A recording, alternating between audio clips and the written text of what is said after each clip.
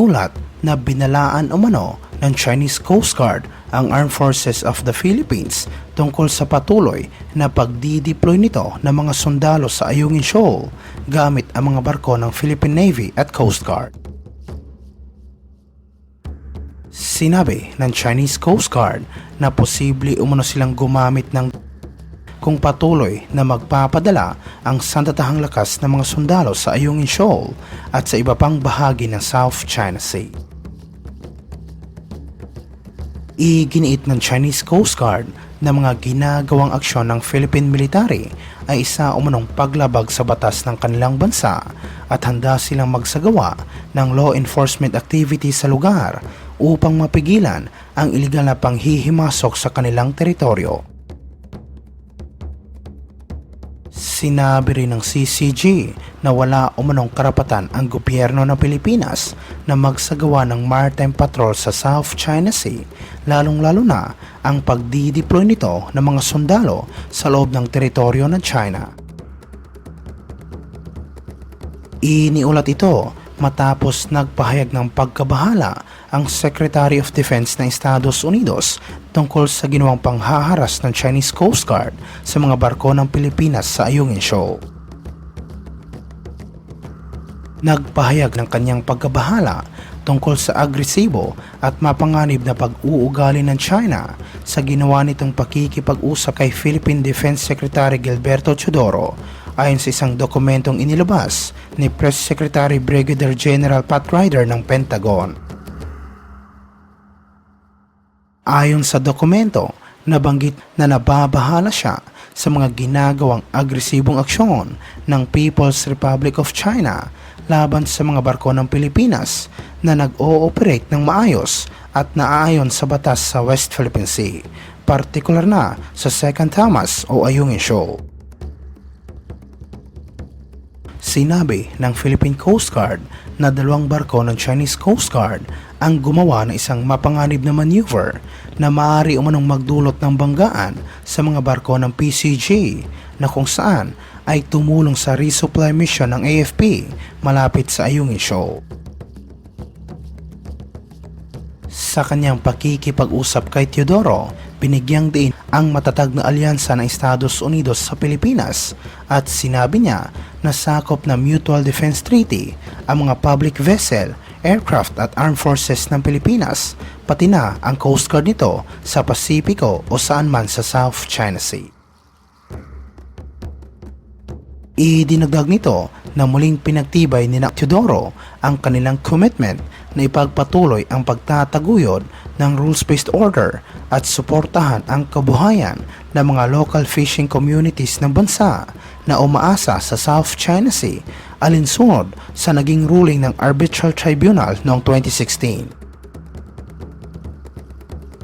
Samantala sa ibang aspeto naman, iniulat na inasahan umano ng mga policymaker at investor na muling aangat ang ekonomiya ng China matapos tinigil ng komunistang bansa ang mahigpit na COVID-19 policy nito. Ngunit ang pinakabagong data ay nagpapakita ng mga nakakabahalang sinyales ng paghina sa kanilang ekonomiya. Nang biglang tinigil ng China ang mga lockdown nito at iba pang mga COVID precautions, inasahan ng mga Chinese officials at maraming investor ng ekonomiya ng bansa ay muling lalakas, ngunit kabaliktaran ang nangyari at sa katunayan marami pa rin ang nawawala ng trabaho. Ang mga investment sa China ay patuloy na bumababa, pati na ang export nito ay humihina rin. Bumaba din umano ang mga bagong housing project ng mga nakalipas na buwan. Bumabagsak ang mga presyo at higit 1 sa 5 katao ngayon sa China ang walang trabaho. Sinubukan ng komunistang bansa na ayusin ang kanilang ekonomiya sa mga nakalipas na taon tulad ng pag-utang ng bilyon-bilyong dolyar upang makapagtayo ito ng mga kalsada at pantalan. Ngunit gumastos din ito ng malaking halaga sa testing at quarantine noong pandemya.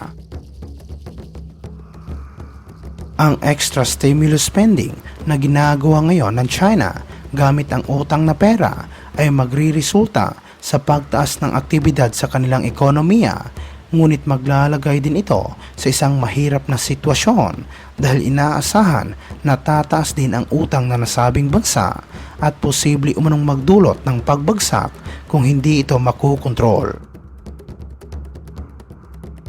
Kailangan umanong itama ng mga Chinese official ang kanilang ekonomiya matapos isara ng komunistang bansa ang sarili nito sa mundo. Isang desisyon na nag-udyok sa napakaraming kumpanya na ilipat ang kanilang mga supply chain sa ibang bansa. Ito ay matapos iniulat na hindi umano kapani-paniwala ang laki ng utang ngayon ng China. Sa huling datos, ang lahat ng utang, pampubliko at pribado at sa lahat ng sektor ng ekonomiya ng China ay katumbas umano ng 51.9 trillion US dollar, halos 3 beses ang laki kaysa sa ekonomiya ng komunistang bansa. Ito ang pinakamataas na antas na naitala sa loob ng 27 taon mula noong unang sinimula ng Beijing na i-monitor ang mga naturang estatistika. Ayon sa National Institution for Finance and Development, ang mga local authorities sa China ay nakatakda na namang umutang sa susunod na taon at nagkakahalaga umano ito ng $570 billion. Ang napakalaking utang ng China ay higit na nalampasan ang utang na kinakaharap ngayon ng Estados Unidos. Noong 2020, ang kabuang utang ng Estados Unidos relative sa GDP nito ay mas malaki kaysa sa China. Ngunit noong 2022, ang utang ng komunistang bansa ay naging 40% na mas malaki kaysa sa Amerika. Sinabi ng mga eksperto ng antas na ito ay dapat umanong ikabahala ng China dahil kumpara sa mga mas developed na bansa tulad ng Estados Unidos, mas malaki umano ang kakayahan ng Washington na makapagbayad dahil sa laki ng kanilang ekonomiya at income ng bawat tao.